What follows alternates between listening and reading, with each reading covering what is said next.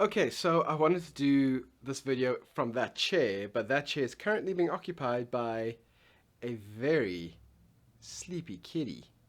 So, since that is the case, I'm going to do it from this chair, because you don't disturb a sleepy kitty. But I do want my chair back, Luna. She doesn't care. Let's talk about ADHD. You're watching out for Daddy. Hey, that's my dad! When I turned 36 and the pandemic was just getting started, I, like many people, ironically downloaded TikTok. Now, the TikTok algorithm is very good at showing you things that you are interested in and showing you things that you should be interested in. It's also good at showing you a lot of stuff that you shouldn't be interested in. But what I started to notice is that I kept being fed ADHD related content. And the more of the content I watched, the more I started to think, maybe I have ADHD. So instead of just self-diagnosing myself based on those videos, I actually went to an educational psychologist and got myself tested, and lo and behold, I have ADHD.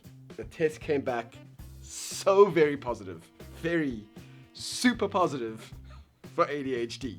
What really surprised me though is that when I kind of announced this to my family, like, hey everyone, just to let you know, I've been diagnosed with this neurodivergency, most of my family went, yeah, duh. It was like something that was super clear to them, but wasn't apparently super clear to me. And look, I always knew that my brain worked a little bit differently to other people, but I always kind of felt like it was because I was a procrastinator or because I was lazy. For many, many, many years, I just thought I was kind of slow, whereas with everyone else, they all thought, this guy has ADHD. Would have been great if they had told me, like 20 years ago. But despite being annoyed by my family not telling me that they thought that I had ADHD years and years ago, there was some real relief that came from the diagnosis, because it explained a lot of things that didn't make a lot of sense to me back in the day. So for instance, I used to constantly get notes on my report card saying, Terrence did okay this year or this term, but he's not really achieving what he's capable of. Terrence doesn't seem to be able to achieve the results that he very clearly is capable of doing. He's a smart kid, not getting the results of a smart kid. Now, anyone who knows anything about ADHD now can tell you that that is the prime experience of someone who has my particular kind of ADHD, where they're clearly intelligent, kind of, but just cannot seem to get the work done. I have learned some other things about this particular kind of neurodivergence over the last few years. One thing I found really interesting is the fact that it is a very complicated thing to diagnose, because there are so many varying symptoms that people experience. So one person's experience of ADHD might be very different from another person's. The other thing is that a lot of the symptoms interact and can cause other mental health issues. So because you have ADHD, you struggle to cope with a lot of the things that you see other people cope with. That makes you feel anxious and can lead to like anxiety disorders. And all of those mental health things kind of feed into each other. And sometimes it can cause this kind of confusing matrix of symptoms that feed into each other and combat each other and presents in all sorts of different ways. Something else that I've learned is that there are really good treatments for ADHD, and a lot of them involve getting some of the basics right. Getting yourself eating properly, getting yourself sleeping properly, getting enough exercise. All those things help manage ADHD symptoms. There's a catch, because for me, the ADHD kind of makes it really hard for me to consistently do anything, especially hard things like dieting or exercise or getting to bed properly. So the ADHD is blocking the thing that I need to treat the ADHD. Thanks, brain!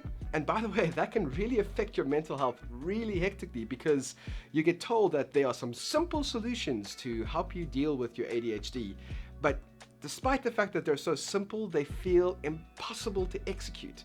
And people around you are doing them so well. People around you are dieting well, people around you are exercising well, people around you are doing all of these simple things consistently, and you just can't do it. That makes you feel really bad, and then that can lead to other mental health issues. And that's why a lot of experts say that the best way to deal with ADHD, especially if it's severe, is just use the drugs. The drugs work. The drugs do the job they're supposed to do with not too many insane side effects. Just use the drugs. I'm saying this as someone who isn't using the drugs at the moment. because I haven't got around to getting the prescription. This is a hard thing to deal with, people.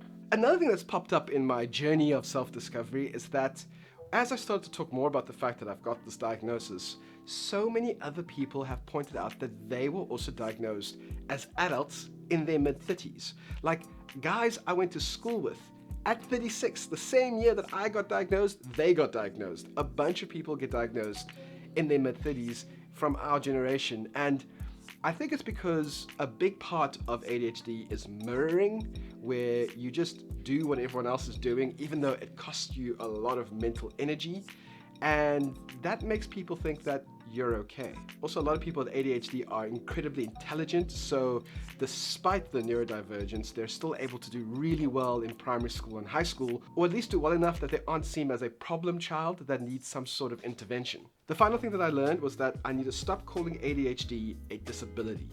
It is not a mental health problem necessarily, it's a neurodivergence. So what that means is that our brains work differently, and that brings some challenges, yes, but it also brings a lot of benefits.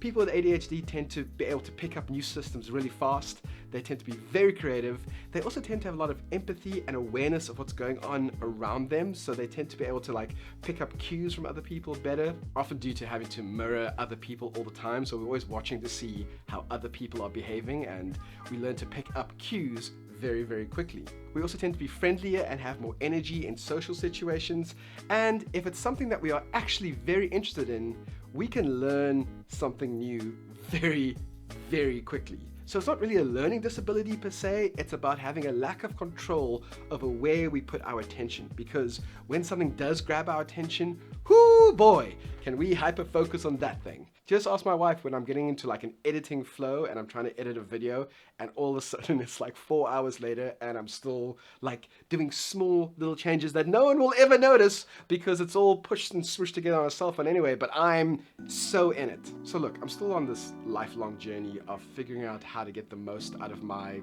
neurodivergent brain. But what I am really enjoying seeing is that there's a lot more information and support out there for people with ADHD. And even more than that, there are people out there who are now going, wait a second, people with ADHD have certain superpowers that we can use. And I feel like the world is starting to be a little bit more comfortable for someone like me. So there is hope. If you're someone who's also struggling with this kind of thing, I would love to hear what your journey has been like and how you've coped or not coped. Leave in the comments below or send me an email to afrodaddyct@gmail.com. That is it for this video. Thank you so much for watching. Afrodaddy out. You're watching Afro Daddy. Hey, that's my dad.